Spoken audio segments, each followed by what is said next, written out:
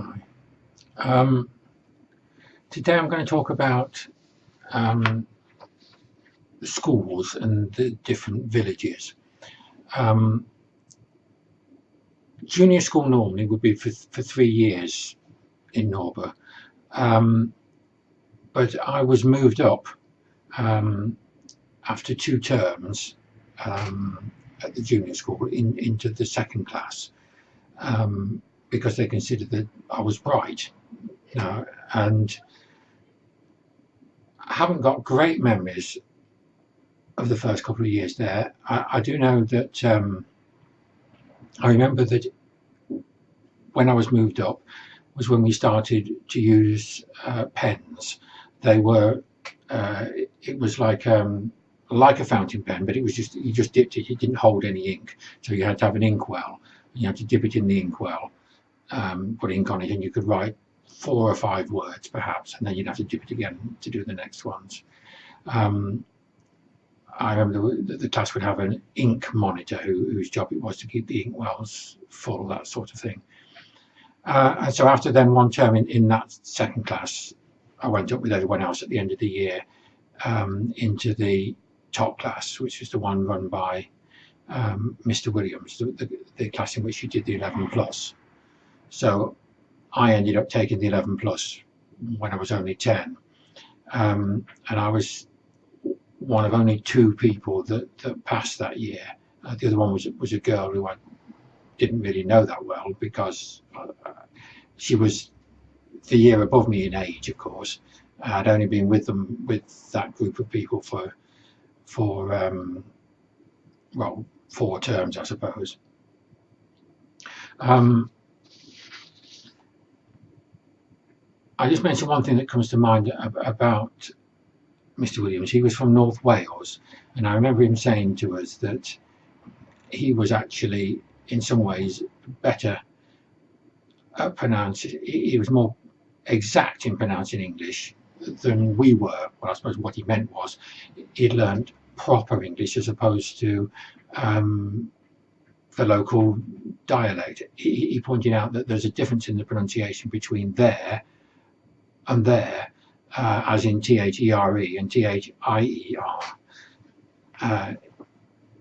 T-H, can't spell it now myself. There as in over there, and there as in hours, like theirs and ours, that kind of contrast.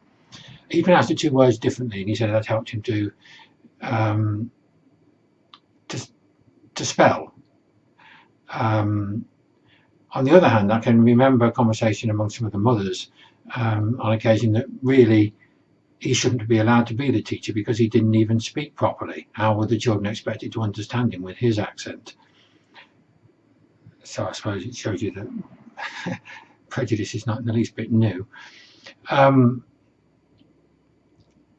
Anyway, because I passed, I was sent to the grammar school in Kibworth Beecham. Now,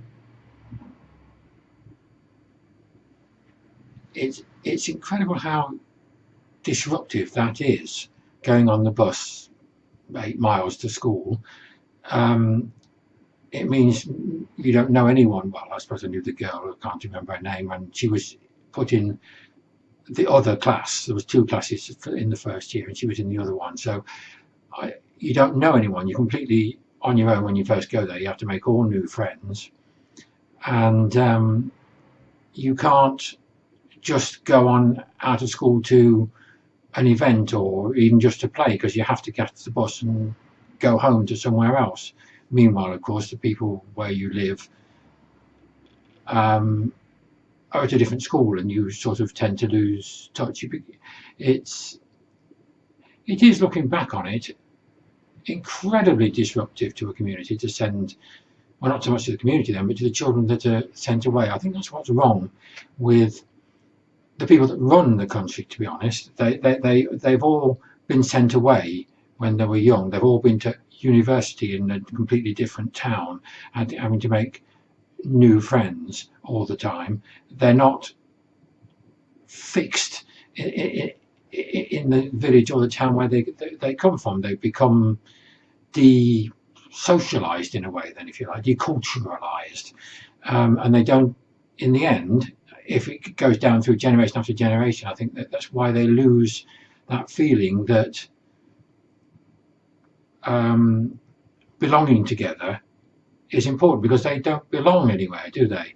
I suppose this comes to its extreme when you come to the if you think of the Jews, particularly before Israel was formed, that they must have had this strong feeling that they belonged on an international level, but they didn't have a place.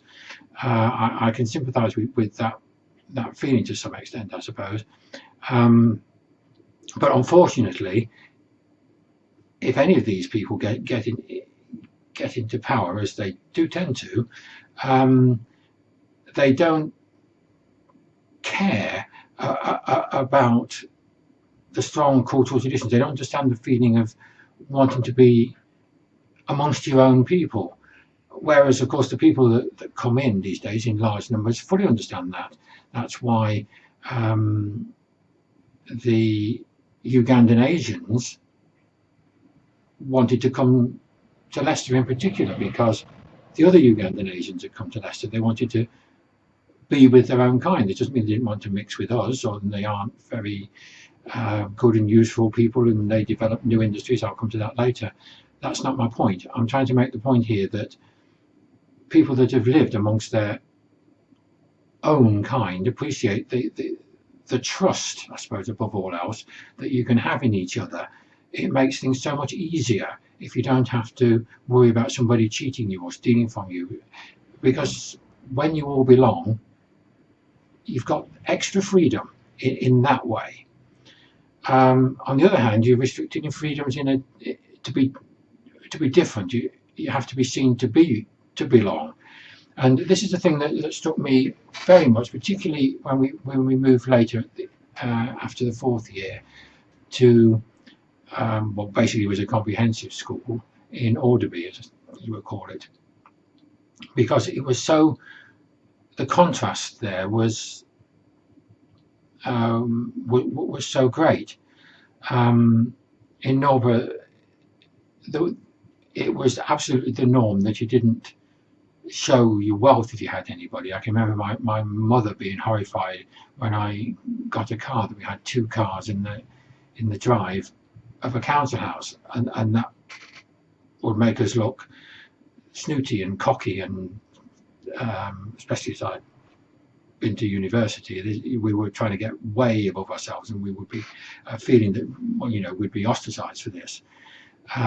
You had to look like everybody else. If everybody else had no car, then you didn't really want to be the first to have one.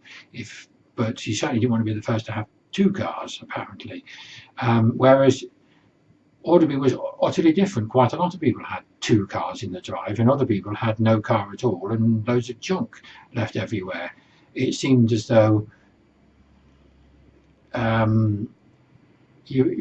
were so anxious to make a point of having money, or if they didn't have money, they wanted to make a sort of point that they didn't have to care about anything because they didn't have money, because they didn't want any, almost, rather than a conformity to keeping the place reasonably tidy, not being ostentatious with being rich, and getting on with being seen to do things. In Nor Bugh, far more people, it was, in fact, almost everyone had some sort of animal. Okay, we had a mule canary and a goldfish. We never had a cat and a dog because Mum didn't, she was scared of cats and she thought dogs were a nuisance. Dad would have loved a dog. But most people had them, cats and dogs. And down by Grandma's, there was behind her was what was known as the horse track, I suppose then. And then behind that was the allotments. And when I used to stay there, I used to play a lot with the lad 3 doors up, and they had I don't know, probably 20 or 30 chickens in the back. Everybody had gardens and grew vegetables, whereas in Auderby they had pretty lawns and flowers. Now things have changed now, but at the time there was a contrast, and I mentioned this to the history teacher actually, and he said that Auderby was an Anglian settlement. It was, again, the details, it was settled in the year 550, then became part of Mercia, and was occupied by the Danes, and was freed by Alfred the Great in a battle in 920, which was actually fought in Auderby. And then William the Conqueror, or William the Bastard, depending which village you're in, gave Auderby to, I've written it down, Hugh de Grandmesnil. He was a Norman then, and he very kindly founded the parish church. Now, being in the parish church, our bell ringing group from Nor Bugh, the handbells, I used to at one time ring handbells where you hold two bells in each hand. The clacker could only go one way, so you had one where the clacker went this way, you held the other one so it go that way, and so you could ring 4 bells one at a time. So you had 4 notes each, and we used to play. And the one, I think it was probably the carol service, we went to Auderby Church and rang our bells. But you could feel that the church was Christian. That absolutely it was a Norman church. It was a church of the ruling classes, if you like, and we were there because we were invited to do a performance for them, for the glory of God, which was an utterly different atmosphere for either the Church of England or indeed the Congregational Church in Nor Bugh, which was far more the People's Church, who had a minister or a reverend come to take a service for them or whatever it was. A completely different feel to it. And this history teacher explained to me that even all these years later, that's why he believed there was a difference. The villages that had been, where the land had been given to the church or to a baron or whatever it was by the Normans, would have just that slight different feel to them. That even we're talking about in the 1960s now, I suppose, even than the others, even so long afterwards. So on that thought, I suppose I'll leave it there. Bye.